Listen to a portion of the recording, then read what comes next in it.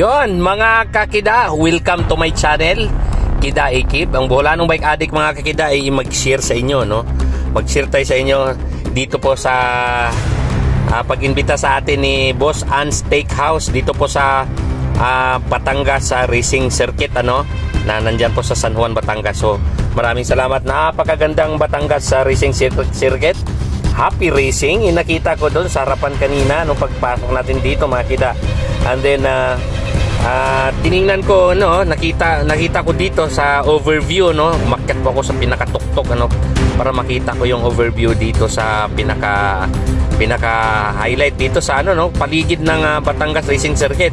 Dati nakikita ko lang to sa vlog nung pandemic days, ano, pero ngayon ito po ay pinangunahan ng palaro dito ang Batangas sa Racing Cup ng Ann's Steakhouse. So tayo po inimbita para tumulong dito. So ngayon, sabik na akong pumasok sa loob. Subukan nga natin dito sa tulong po ni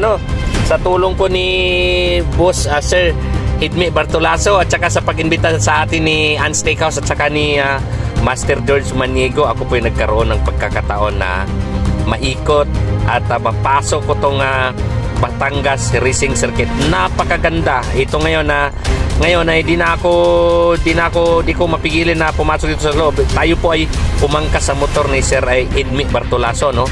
Ang organizer sa ni Race to Remember, na nakasama ko rin diyan na tulungan ang palaro ng Batangas sa Cycling Cup, ano. So ito po ay itong nakita niyo yung video ngayon sa harapan natin, mga kakida. Ito po ay 3.7 kilometers sa loob po ng circuit mismo, no. Ito po ay racetrack, ano, ginagamit sa mga natin, mga mahilig sa four-wheel na karera racing sa loob. So naggulat ako dahil ito pa lang Batangas Racing Circuit, na dahil hindi lang maganda ang loob nitong kalsada na paglaruan, na pagdausan ng Batangas Racing Circuit, Batangas Racing Cup napakaganda sa loob. So ngayon, dahil para makita ko rin personally ang mismong actual na racetrack, ito na, so umangkas po ako sa motor ni Sir Edme Bartolaso, no. So ito na nga po, ito yung binaktas natin, ano. Ito makita nyo sa mga hindi nakalaro dito, ano, at natapat po tayo sa laro ng Tour of Luzon. So medyo kaya isa din yan sa dahilan na wala po tayo sa Tour of Luzon, at bukod dun sa mga ibang pinagkaabalahan natin. So ito, mga kakida, no, nakita natin dito sa loob, no, dito sa pagpasok namin dito sa circuit mismo. Ito, napakagandang kalsada, malapad, at bukod sa lahat magandang kalsada talaga dahil pang four-wheel drive. Ito rin pala ay pwede palang paglaruan talaga ng bisikleta. Maganda. Medyo makikita natin dito sa tinahak natin ngayon na may mga liko kaliwa kanan, no. Medyo technical lang dito, pero very challenging, ano, sa mga mahilig sa bisikleta diyan. At balita ko, ito po ay masundan pa sa mga susunod na mga pagkakataon, sunod na taon. Abang-abang lang po dyan, no. Follow nyo ang Ann's Steakhouse at saka dun sa BRC, no, Batangas Racing Circuit. So napakaganda, nakita ko dito. Grabe, napakaganda ng lugar. Sobrang ganda, mga kakida. So isang pagkakataon at pasalamat ko sa nag-imbita sa akin dito, si Boss Ann's Steakhouse saka ni Master George Maniego. Talagang grabe, sobra. Binigyan ako pagkakataon na makita sa buong buhay ko itong Batangas Racing Circuit, na akala ko talaga four-wheel drive lang ang mga four-wheel lang ang pwedeng dito, gumamit dito. Pero napakagandang management sa Batangas BRC na binigyan ng pagkakataon ang mga two wheels, lalong-lalo na sa bisikleta, lalong-lalo na sa mga bike addict, na magamit itong area na to para pagdausan ng laro. So ito muna ang ipatikim ko sa inyo, no. Ang susunod ditong video na ipapakita ko sa inyo yung actual na nangyayari sa karera, no, from registration sa mga bata na nakarating dito na nanggaling sa iba-ibang lugar.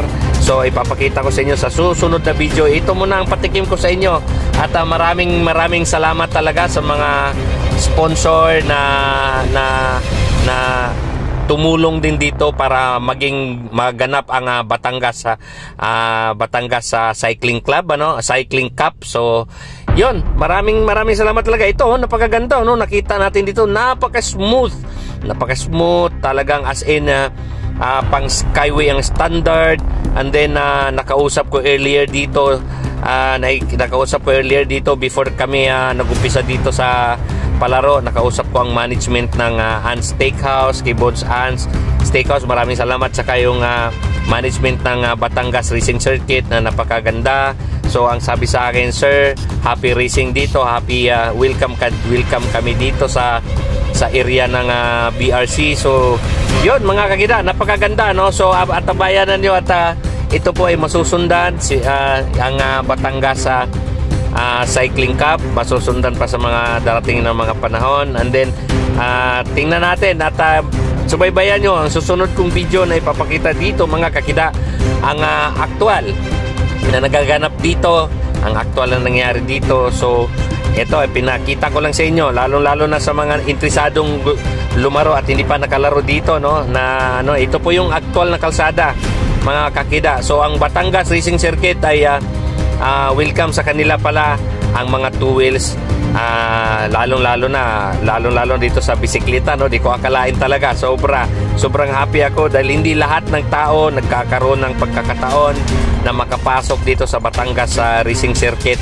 Dito po yan sa San Juan, Batangas. So yun, maraming salamat. Ito po ay malapit na kami matapos, at ikutin to at from start line to finish line, inikot po namin to sa sobrang ganda ng tanawin, sobrang ganda ng posisyon ng araw ng umaga dito, at kami po ay inikot muna namin to, niruta namin bago pikawalan ng mga bata. So sa sunod na video, ipakita ko sa inyo yung actual na nangyari sa laro, mga highlight na video. And then follow BRC page at saka yung Ann's Steakhouse mga kida. Maraming salamat.